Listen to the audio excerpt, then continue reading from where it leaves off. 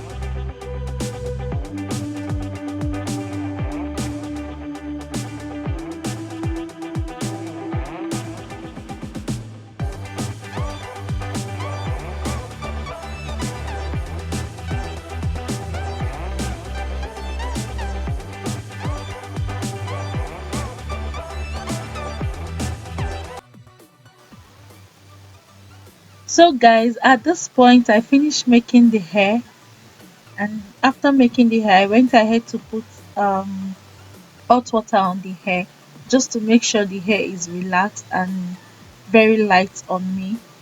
So please, if you're putting hot water yourself, make sure you're very careful so the hot water won't pour on your body. Like the way I'm doing, I'm very careful because I don't want my skin to get burned by the hot water. Yes. So guys, after putting the hot water on my hair, I use my edge control, and then now I'm applying my castor oil. After applying castor oil, I use my olive oil hairspray. Yes, to spray the hair and make it look more shiny.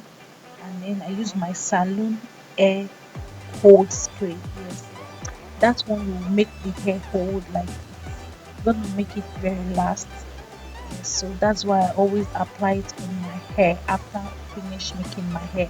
So yes, at this time I was already like loving my hair, the way it's looking so neat. Please don't forget to drop your thoughts on the comment section. Tell me what you think about the hairstyle. Tell me what you think about the hairstyle on me, if it's nice, and then also the hairstyle you want me to show you guys next. Please drop it on the comment section. Thank you guys. If you haven't subscribed, please go ahead and hit the subscribe button and also the notification bell so you'll be notified anytime I upload a new video. See you in my next video. Bye. Stay blessed.